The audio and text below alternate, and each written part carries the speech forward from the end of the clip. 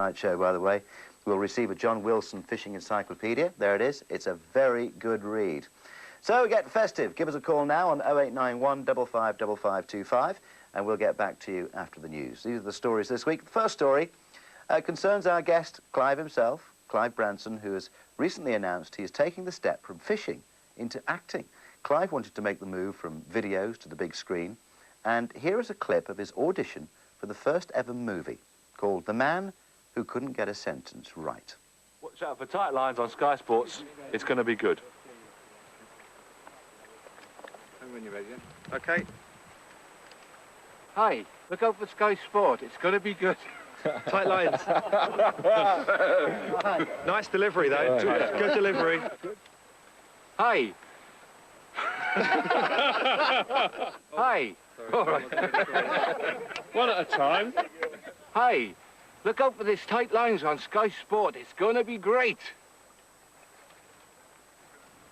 Is that all right? That's fantastic. That's it. Lovely. Thank you very much. Clive. Hi. Hi. I got it in the end. It's not easy, really, is it? No, it's not. You put on the spotlight. That's right. Good.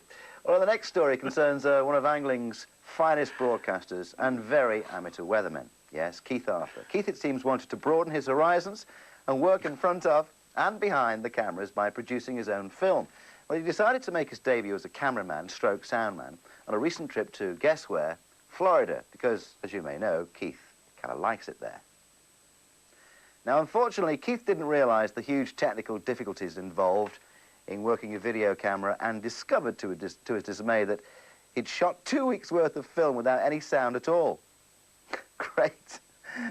Never mind, Keith, the pictures are not bad for an amateur, and really, we shouldn't be complaining that for once you didn't have something to say for yourself. So, but nice film. Well, the whole movie industry started off with silent film, so I thought I'd better start at the beginning, you know, get half of it right. You're showing your age again, that's what it is, isn't it? Show me pot belly. Well, they're game for a laugh. They are Keith and Clive. They're right here on Sky Sports Live. The number is 0891 555525. And first on the line, we have Graham, who's from Halifax. Hi, Graham. Good evening, Bruno. Good evening. First of all, a very Merry Christmas to you. Yep, you too, and to both you gentlemen there. Have you gone on with your Christmas shopping? Oh, all done and dusted now, Bruno. I think it's the first year that I've managed to get everything done before Christmas Eve now. Lucky you. I'm waiting for that first year, I can tell you. I've done nothing yet. So, what's your question then? Well, my question's for the King. Keith, I've just started to do a lot more barbel fishing up on the Swale at Topcliffe in North Yorkshire. Yep. Just wanted your advice, really, what you think is the best winter methods, i.e. trotting or ledgering, and what the best baits to use in the cold weather. It's always more difficult catching barbel in cold weather, but one good bit of advice is you'll generally catch more when there's a drop of water on. They don't tend to like clear water in the winter, and I'd stick really to, in coloured water, then probably meat is the best bait, and I would say definitely on the lead. It's definitely a ledger job, and up there I know you can use some fair old lumps of lead to keep it down, 3 and 4 ounces even when the river's really going through. So in the winter, definitely I would say it's a ledgering job, and lunch and meat would be my choice of bait. Wasp grub's good, but you're more likely to catch chub on that. I'd stick to lunch and meat. Fairly big bits too. Clive, what would you say for this Well, one? yes, in the winter, barbel do go off the feed. You know, you've got not a very good chance of catching many, unfortunately, but, you know, as Keith said, try those few things. Good. Yeah. Your kind of fish, do you like catching barbel? Well, barbel, not really a match fishing fish, although, you know, specimen anglers go for them quite a bit. Yeah, on the wide that we fish, we got 10, 12-pound barbel, and I've had many on the hook, but difficult to land on the light lines that we use. Yeah. Matches only last 5 hours, don't they? Not long enough to land more than 2. Right, yeah. I mean, another tip is to simply go down to the riverbank and do as Clive does, as you will come into my net. You know, it's one of your best tips, really, isn't it? Well, that's right. You always use, you know, I tried to start singing, but that didn't work. God help us all. Don't do a Des O'Connor. Don't get a whatever you Welshman do. singing. All right, I hope that helps anyway. We're all in a festive mood here. Have a great Christmas. Yep, you too. Merry Christmas. Just like to say how much I do enjoy the programme. Thank you. And hopefully we'll carry on seeing you next year. I'm sure, absolutely. We're Merry back in Christmas, January. Jeff. Thanks very much. Cheers, Graham. Let's go to Middlesbrough now. We've got Ray. Hi, Ray. Yes. Good Hello. evening, Bruno. Have you got your telly on? Yes. Good evening, Bruno. Well, good evening, Ray.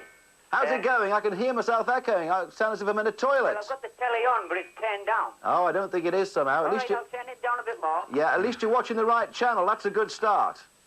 Okay, have you turned it down now? Is that any better? Well, that'll do anyway. So how you doing? All right? I'm doing fine. You're doing fine? Yes. Good title for a song, then. You're looking well anyway. Well, thank you very much. It's called Makeup. So what's your question then? My question is on behalf of my neighbour. Right. He went out fishing, sea fishing, Skinning Grove area, which is near Whitby. And he got electric shock along his line. And what the question is, he wanted to know what it was that caused it. He said he seen the electricity come down his line to his rod. He got the shock, put the rod down, and his mate came over. But he didn't even see he'd call him over. His mate picked the rod up. He didn't get a shock. You're right. And then he picked the rod up again himself, and he got a shock again. Right.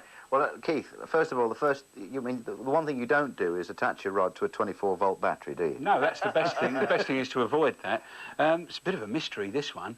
Electric eels, marbled rays, electric rays. I mean, I can't imagine it's any of those. The only thing I could think of, maybe, is it was some kind of static electricity that had built up, but I don't know how. It's if he'd seen the electricity travel up the line. I mean, I don't have anything to do with electricity because you can't see it. That's why I don't change plugs or things. Keith, this is what he said. He thought it was static, because he wears, nylon and things like that before. But he didn't have the nylon one at the time. He had his flotation suit on, his rubber wellies and all the gear. But he had the nylon on before he left. Was it a bad shock? I mean, what was the shock like? Was it a serious shock, or was it just a little tingle? Well, it couldn't have been all that serious. It couldn't have been all that serious because if it was DC, it would have held him, wouldn't it? Yeah. Where the AC, it throws you. Right. I mean, do you have an explanation for this, Clive? That's a shocking story. Oh, dear. Here we go. They will get better. Never good. Never feel that before, never. No, it's certainly a new one to me. Static off the suit, I would think. A flotation suit might give the game away. The chances are that's going to be nylon. It's going to have some kind of padding inside, foam padding. So it's going to be a very static forming material. All right, well, Ray, I'm afraid we can't really help you too much there. Say again? He also had thermal gear on to keep himself warm. Yeah. Right. Would that make any difference? Because it was a stormy, windy night. All right, Ray, well, we've got to go now anyway, but thanks very much. Just take it easy on that particular stretch, all right? Thank you very much. Merry Christmas to all of you. And to you, Ray. All the best, mate. Bye-bye. Bye now. Where are we going now? I think it's Chris, who's from Gwent. Hi, Chris. Hello. Hello, how are you? All right, thanks. And yourself? Yeah, very good, thanks. I have a lot of trouble tying hooks because I haven't been fishing long, and I wondered if there was a eyed hook tire on the market. Okay, Keith. An eyed hook tyre? Yeah. No, I'm an eyed hook tyre. I'll show you how to tie one, shall I? Here comes that There's box. 2 or 3, the old box out. There's 2 or 3 easy ways. Yeah. This is probably the easiest. It's called a grinner or a uni knot, and I've got a hook that you can probably see that's black and some yellow line, and all you do is put the line through the eye of the hook. Yep. Turn it on the phone for you. It's not my phone, it's not my phone. This is a live show, folks. So I've put the line through the eye of the hook, I've made a loop there, and I'm just going to put the end of the line through there 4 or 5 times, 4 or 5. If you're using thin line, make it 5 times. Pull that fairly tight. Can you see that, Chris, all right? Yeah. Okay. Slide it down onto the hook, and that, pull both ends, and that's perfectly tied. Just snip that end off, and that's tied. And you don't need a hook tie, it takes a few seconds. Right. And you can tie any size. What size hooks do you normally use? 1820s. Right, yeah, you can tie that easily. Tying that to £1.50 or £2 mono is no problem at all. Just practice that. I hope you've taped it. If not, tape the repeat later on, and you'll be able to copy that and learn in no time flat. All right, then. Thanks. Did you get that all right, then? All right. Merry Christmas, to you all. Thank you. Same to you. See you later. Bye-bye. Right. Do you do much trout and grey fishing yourself, Clive? I gave it a go once, and I did get excited, I must admit, and I remember using the priest at the time, and I hit my thumb, and that was the end of it. And the fish would say, serves you right. Yeah. Well, back to the calls for Clive and Keith in the studio. The number is 0891 555525. Let's go to Chippenham in Wiltshire. We've got Pete. Hi, Pete. Hello, Bruno. How are you? Fine, thanks. Very good. So, what's your question? Well, my question is really aimed at Clive. Right. Hello, Clive. It's Pete Collins. Hello, Pete. How are you doing? Fine. Good. Clive, you know this ruling in the European Court about John Mark Bosman and the footballers and international transfers? Right. Well, in view of the large amount paid by Nomads for Ken Hayward, I believe it's about half a pint of Pinkies. That's about right. It'll get better, don't worry. You know, was that illegal? Was it illegal? I don't know. See, this professionalism has been coming into the game for quite a while. As you know, I was billed as the first professional at one stage. That's right. Yeah, by the papers. But really, it's all hype, you know, basically just to put us on the map. I've been billed as an angler, and that's hype as well. Oh, well, that's true. But generally, no, I think a lot of this is, you read the papers, and they got to make stories. So I think at the end of the day, you know, take it with a pinch of salt, all these high-paid professionals, because they don't get it. I can tell you that. Do you think there should be more money in angling, Pete? Or not? No, I think there's too much in it, actually. Really? We had a good club side that went from Division 5 national to Division 1 national in successive years. And then everybody left because they wanted sponsorship and things like this, and it just fell to pieces. And it was literally a club side. We'd used 20 anglers throughout the 5 years. Well, Keith, you've got to have a word on this, surely. Transfer fees, I mean, should they exist? Well, I don't in about any way, transfer shape, or fees. I form? mean, my club's in the same position. We've beaten... The team that wins our Winter League wins it every year. They've won it 22 years in the last 24. Very, very strong team. And one match this year, they beat us. We've beat them 3 matches this year. They've beat us 3. We've actually won 3 rounds. They've won 2. And on one match, they beat us into 4th place. And there were 8 blokes in their team that within the last 3 years have been fishing with me in our team. So, and they're not going for sponsorship. They're not going for any money. I mean, there's no money involved. The club involved wasn't sponsored at the time. There's a new deal about to be announced from them, but they hadn't got a deal when they left. So how much would it cost me then for you to come fishing for my club? To go and fish at your house, I'll pay you. Marvellous. Oh, that sounds like a good deal to me. Clive, we were talking earlier about, funny enough, you winning the World Championships in 1987. We've got a few photos to have a look at now. Here's one of you receiving the trophy. How did you feel at that moment in time? Well, it was brilliant. Which is the trophy, by the way? Is it the boat or is it the... Well, both, actually, yes. One is a silver boat and the other one is a porcelain vase. At the time, when I'd won it, it obviously didn't sink in, but it's something that when you're young, you always strive to be, you know, to do something. And winning the World Championships was the highlight. As you can see from there, don't forget, I was runner-up the year before. Absolutely, yeah. So, you know, to actually win it the following year was brilliant. That's what kind of makes you feel a professional when you've won a trophy like that, really. That's right, yeah. Have you ever won any decent trophies, Pete? Yes, a few, yeah. Have you? Yeah. Good. And you won any money? Well, just the normal pools that go along with matches, that's all. All right. Take a look at this. We've got another photo of Clive here accepting a different kind of trophy from Dick Clegg. He may be smiling, but did the Englishman find the Welsh victory hard to swallow? Well, actually, that particular photograph there was just after me winning when it was announced on the bank. And at the time, there were 3 England anglers next to me, and in particular Kevin Ashurst, and I beat him by 3/4 of an ounce for the World Championships. Oh. So I think Dick was, you know, obviously celebrating for me, but and asking me to fish for the team. No. Another big money transfer. Can we just bring that photograph up again there, just very briefly, if you've still got that? Maybe they haven't actually. I was just going to comment. Well, just a quick second. One thing I'd like to add about the World Championships, that is purely amateurish, no money involved, none of this big money that you've heard about. Yeah. It's only what you get afterwards. Like the Ryder Cup. Here's the photo. I mean, to me, you look as if you've been wind sailing there. Well, you were out on some sort of wind sail, were you? No, actually, they tried throwing me in, and I can't swim. You know, a fisherman who can't swim, and they threw me in, and I struggled to get out of the water. That's why my hair's still wet. He's not taller than Dick Clegg. He's floating 2 foot off the ground there, I'll tell you. All right, Pete, thanks for your call anyway, and happy Christmas. Well, thanks very much, and happy Christmas to you. Cheers, Pete. See you later. Cheers. Bye. Bye-bye now. Let's go to Wythenshawe, and we've got Keith. Hi, Keith. Right, Bruno. Hello there. What's your question, Keith? My question is actually about carp fishing. I tried to catch dead sailor when it was the last time, but I couldn't get on. Right, OK, we'll go for it then. Numerous arguments with my friends over the weight, the biggest weight of a carp, the biggest carp ever caught in Great Britain. I wonder if you could help me. The biggest carp ever caught in Great Britain?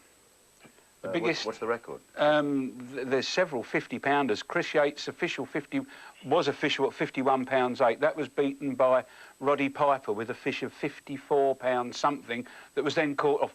Yeah, that was then caught again about a week later at 55 odd, and I think it's 55.13. But I might be an ounce or two out. That was caught from Duncan Kay's mid-Northants fishery. Yeah, well, I said 54, but the old said it was lower. Yeah, or less. I'm sorry? I've seen it in Angling Times, the weight was actually 54. Was it? Well, the mates all argue it was 53, so it's actually 55. It's 54.13 or 55.13. It was caught 1 week at one weight, and then a week later at a bit bigger. Roddy Piper caught the first one. I can't remember the name of the guy who caught it the second time.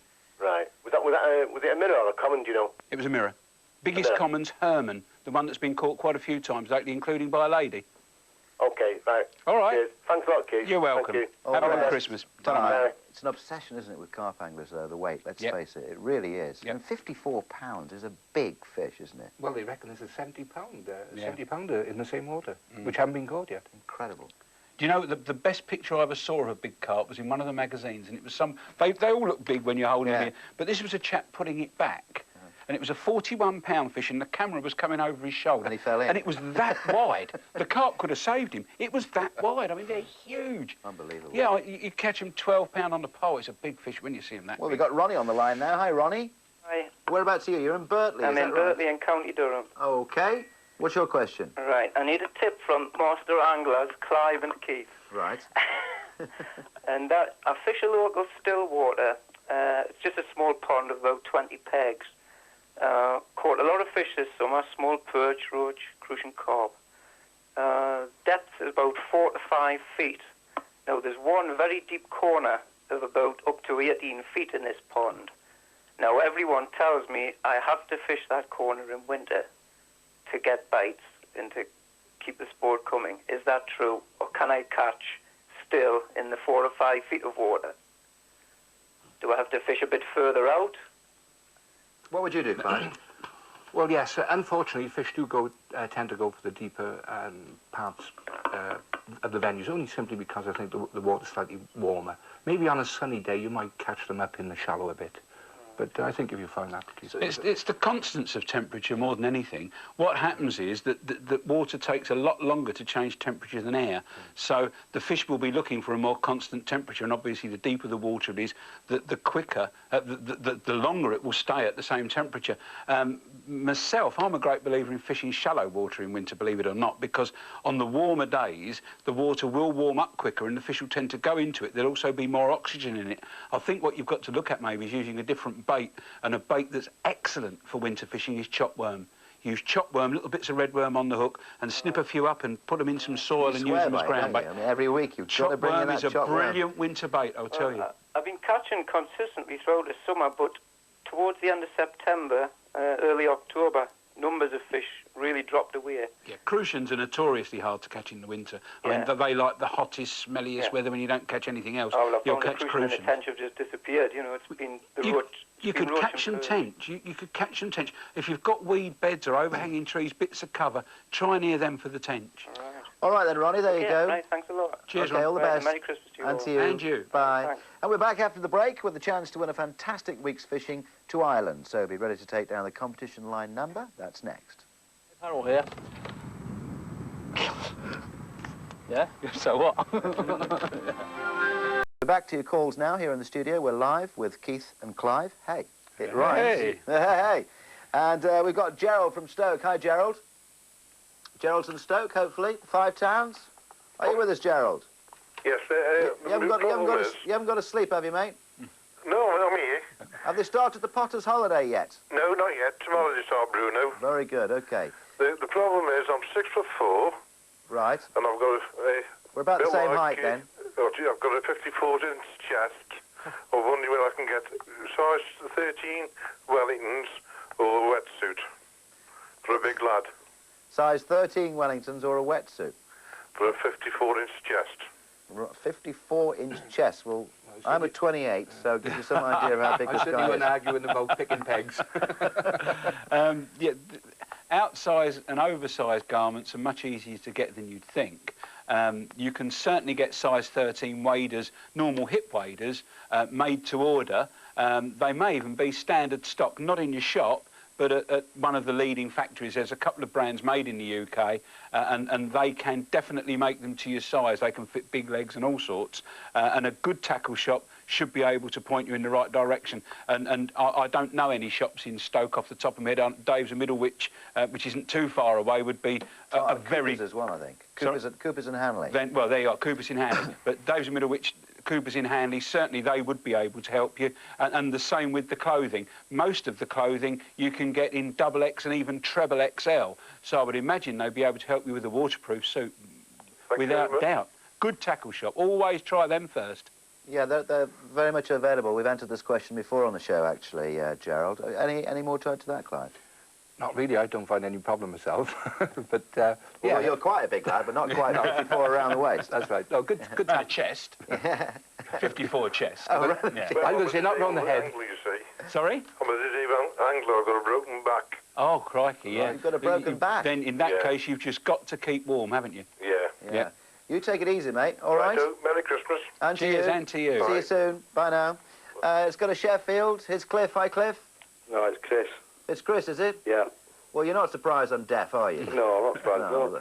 All right, what's your question then? I'm on a match on 27th of December, 2 days after Christmas, so obviously it's a bit iffy with tackle shops.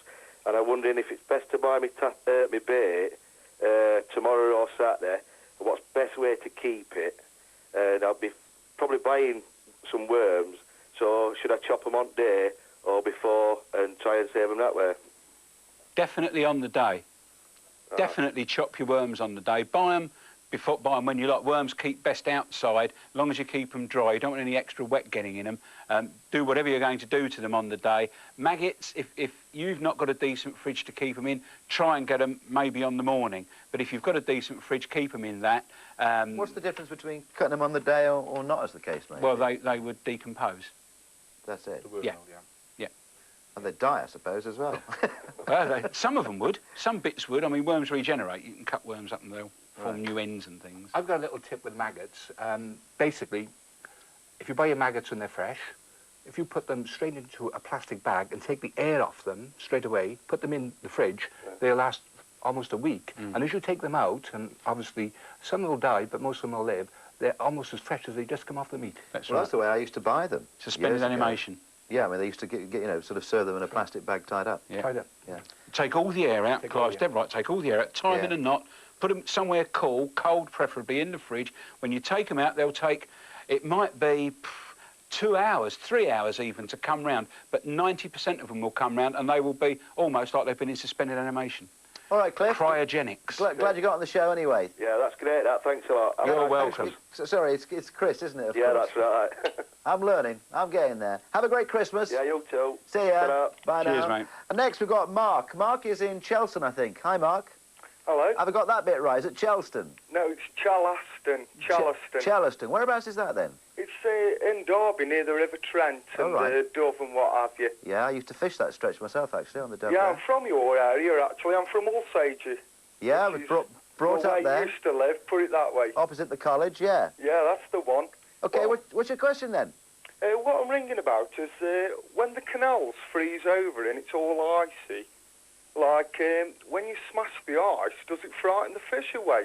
Only I organised a fishing match from work, and the little pool next to the canal was froze over, but there was a big a professional 60-man match going on the canal opposite, and they were throwing car jacks in, bloody weights, everything, loads of stuff. Done that. Well, I mean, the logical answer is yes, surely. It does scare the fish away. That might sound logical to you. It's totally illogical. Is fishing through... Clive's got a good ice story. He told me earlier on, so carry on with your ice story. Well, funny enough, we had the same... similar thing happened. We were crashing the ice to make a hole to fish, and my fishing whip, fell on the ice. So I thought I'd try and retrieve it. So I put my foot out on the ice. I thought, oh, is this going to hold? Put my other one. I went straight through. God, I would not recommend it. But certainly, this crashing of the ice does, for some reason, it reminds me of the World Championships. They bombard it with balls of ground bait, buckets of it, and you think it's going to frighten them off. It does initially, but eventually they do come back. So basically, they think there's something going on here. There's a chance we're going to get fed. There's probably a more logical reason as well, if we're going on to logic. When the canals or lakes are frozen over, under the ice, the oxygen level drops. As soon as you break the ice, there's a massive input of oxygen goes in there, and that will make the fish come into that area and be active and feed. And I've fished through, well, ice. The thickest ice I ever fished through was as thick as a cigarette packet is high. And I caught 187 fish for £4 odd. So but there again, I mean, in the disabled championships, there was ice on the water, and they didn't catch anything at all. Well, they caught some, but the whole lake was broken, which meant the ice that was broken melted into the lake. Instead of just breaking a hole and separating the ice from that hole, the whole lake was broken. So you had ice moving around. It's a nightmare scenario, is that having pack ice in your swim's terrible. So, Mark, don't be worried then about smashing the ice. Apparently they're not going to swim off. That's great, though. I'll just wrap up warm and take a hot flask of whiskey or something with me. Sounds good. The ideal icebreaker, you want a sash window weight on a metre of chain and some very, very strong nylon rope. Throw the sash weight up in the air, it goes through the ice, and use the chain as a saw. They are giving the game away. Yeah, no policeman near you as well. All right, thanks very much anyway, Mark. OK, then. Thank you very much. See you soon. Happy Christmas. And you. Bye. Bye. Well, if you laughed at Clive having problems doing a promotion for the show earlier, then you'll love what's coming up after this break. See you in a sec. Oh, what a great day's fishing. I really enjoyed that. Proof that shallow fishing for carp, when done correctly, can be very rewarding. A great day's fishing.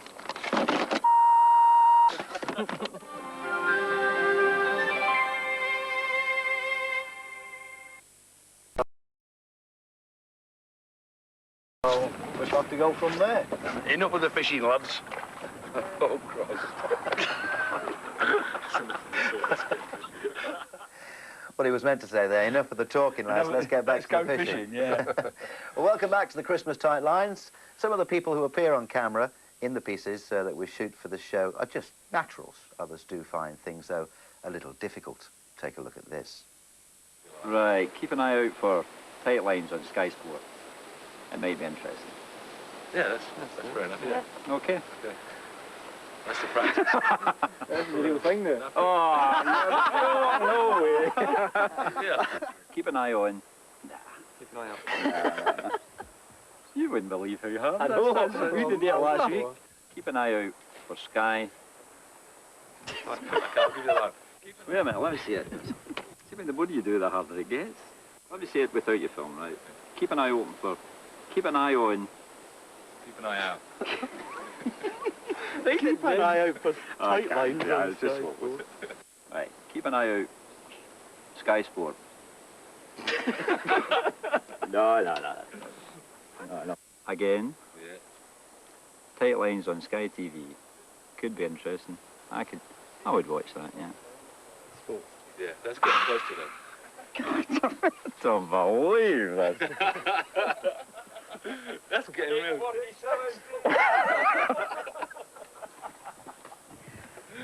This is worse than fishing a world championship, that's. Sky Sports, Tight Lines.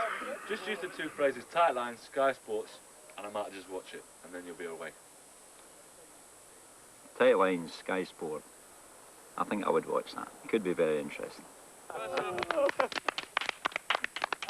Oh, yes. What a star. He'll be presenting the Generation Game next. That was Ronnie McLeod from Scotland. Well done, Ronnie, giving everyone a laugh there. And we asked you to do exactly that, write in with a humorous message. And we got a fax from Mike Lum, if you have it right here, who's from Liverpool. And he tells us that he was up at Loch Carron Salmon Farm in Scotland, and he landed an 8-pound salmon with a TPN. We know what a TPN is, or do we? Yeah. Well, he sent a postcard to his dad, who spent hours trying to find out what a TPN dressing was. And his dad, of course, had heard what a PTN was, which is a pheasant-tail nymph, as we all know. But it was only when Mike came back from Scotland that his dad was able to get the answer, because it turns out Mike landed the salmon, but with a £10 note. Oh, dear. He bought it.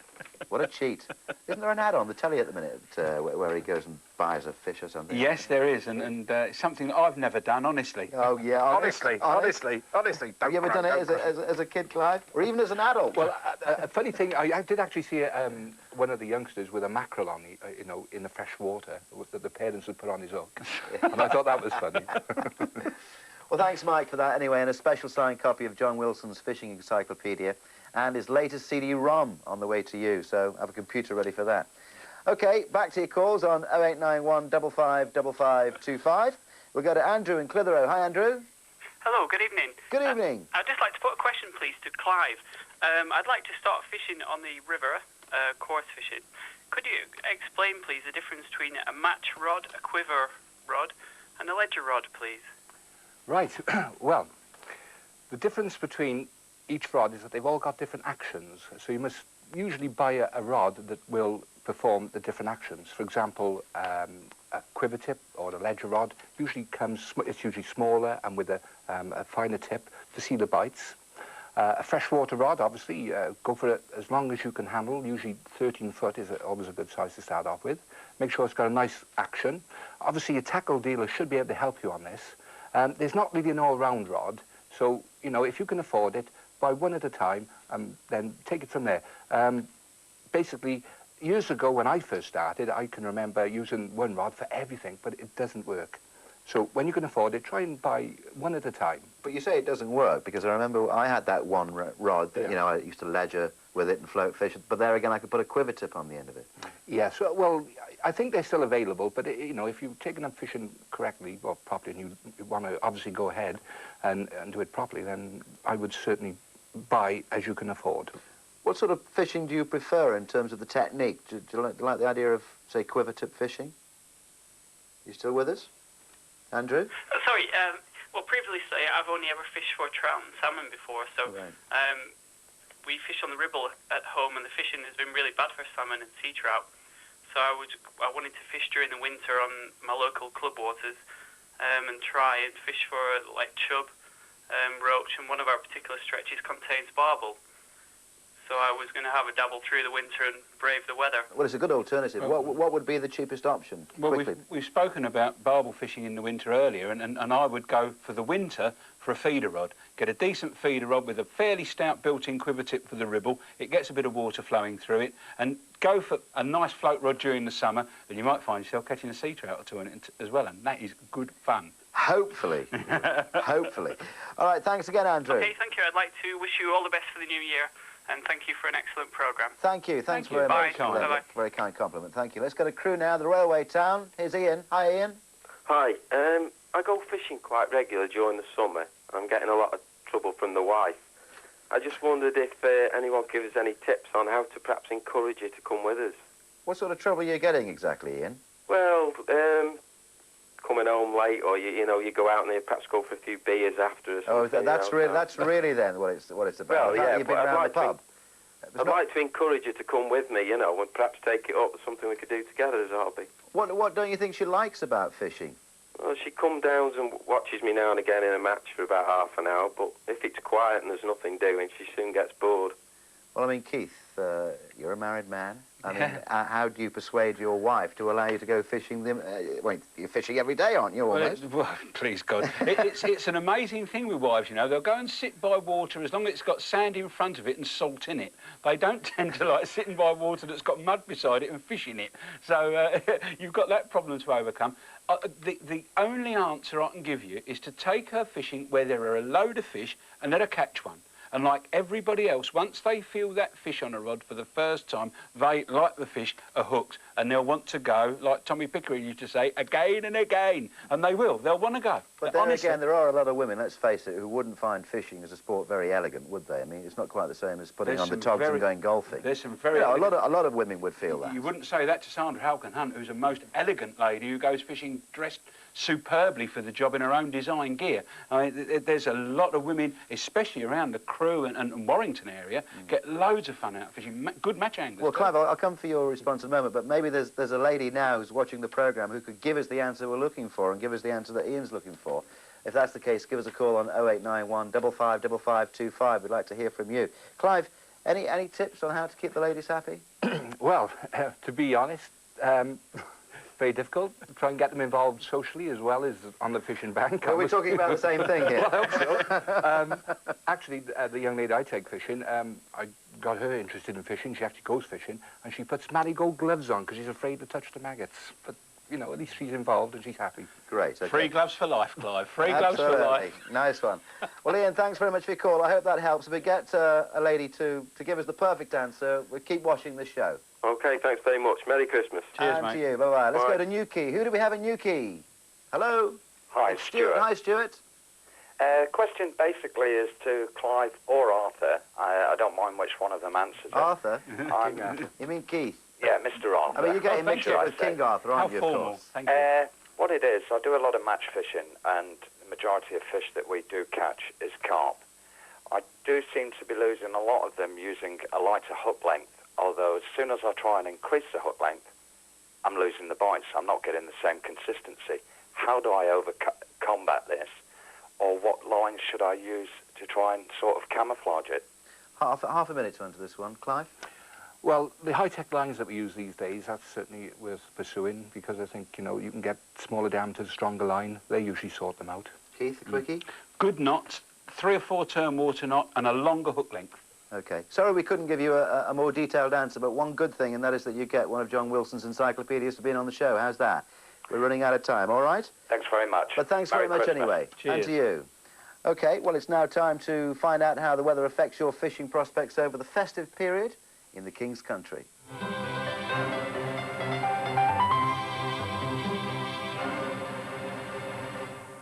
You expected us to be standing by the map. And in fact, even Keith can't predict the weather that far in advance. So we're giving each other presents. And I haven't got a rod for you, Keith, but you can have this instead. Would you like to open that very quickly? Thank you very much. And I don't know what's in it. And there's something for you, Bruno. Oh, thank you very much. I wasn't expecting that. We can't leave Clive out there, Clive. There's, Thank you. There's one there's for one you, there for you. Clive. Unexpected. Russell. I'll tell you what, oh, give me a break. Give me a break. Florida oranges, that'll make me feel at home. I mean, a hairdryer. I haven't even got any hair at the front. What's this for? And Clive, there you go. The Hypnotic World of Paul McKenna. I've already read it. You've already read it. And I thought I'd get you those, actually. That's very nice, Keith, Brad. because, of course, they are Florida oranges, exactly. I saw the label, yeah, and we'll eat one after the show. I know, and one day you'd love to go to Florida, wouldn't you? See, I can juggle 5 oranges at once. Look at that. Anyway, happy Christmas to the both of you. Cheers, and you, mate. Enjoy your presents. And that's your Tight Lines tonight. Thanks to Keith and to Clive. Thanks for coming in. It's been great fun. Hope you have a great Christmas and a terrific New Year. We're having a little break, but we're back in 1996 at 10:30 on the 11th of January. Well, I guess we'll be antique tackle enthusiast Chris Sanford. And if you want to book a question and get details of our fantastic Bag Up Island competition, then access page 294 of Fast Text. It's been a great 1995 for fishing, and it'll continue in 1996, no doubt. So, see you then. Have a great Christmas. Tight Lines.